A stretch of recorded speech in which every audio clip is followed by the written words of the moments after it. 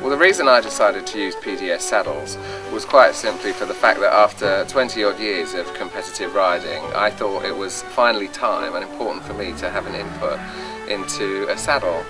My horses feel great in these saddles, and obviously the important thing for me was a good trial period. So 6 weeks of trial on various different shapes and sizes of horses. I mean, here I'm extremely fortunate to have horses that are 16 hands to 18 hands, and the best feeling I got really was the freedom in the movement.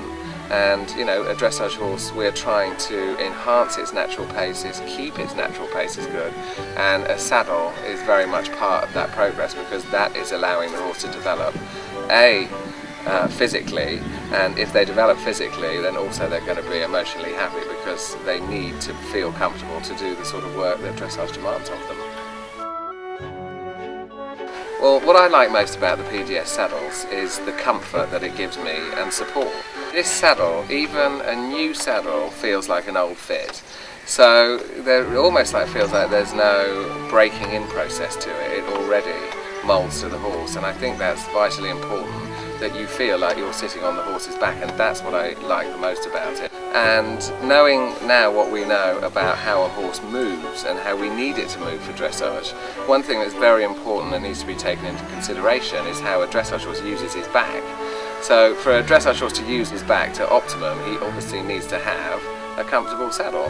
And for that I wanted something that moved in the way that when a horse swings, that allows it to swing, because don't forget that not only when a horse swings its back, it's not just the side to side effect, it's the lift and fall, and the rider has to be able to sit comfortably on the horse, and the horse has to be able to lift his back to be able to do that. The panel design of the saddle gives that unique combination of flocking and foam, and that really gives you a close field contact with the horse, and obviously very comfortable as well.